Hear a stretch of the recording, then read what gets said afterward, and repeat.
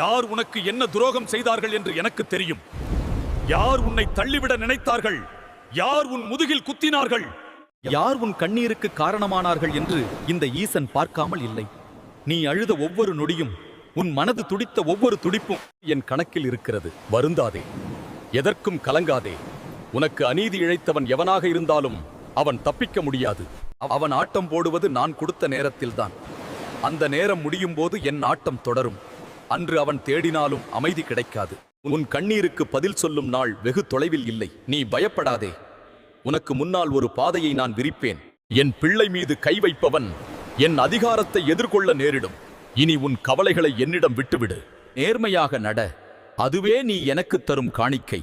நான் உனக்கு நீ இழந்ததை விட பன்மடங்கு சிறப்பான ஒன்றை உனக்கு தருவேன். யார் உன்னை தோல்வி என்று சொன்னார்களோ அவர்களே வியந்து பார்க்கும்படி உன்னை உயரத்தில் அமர வைப்பேன்.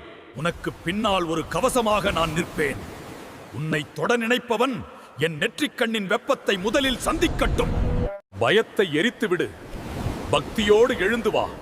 இந்த சிவனே உன்னோடு இருக்கிறேன். இது நான் உனக்கு கொடுக்கும் வாக்கு.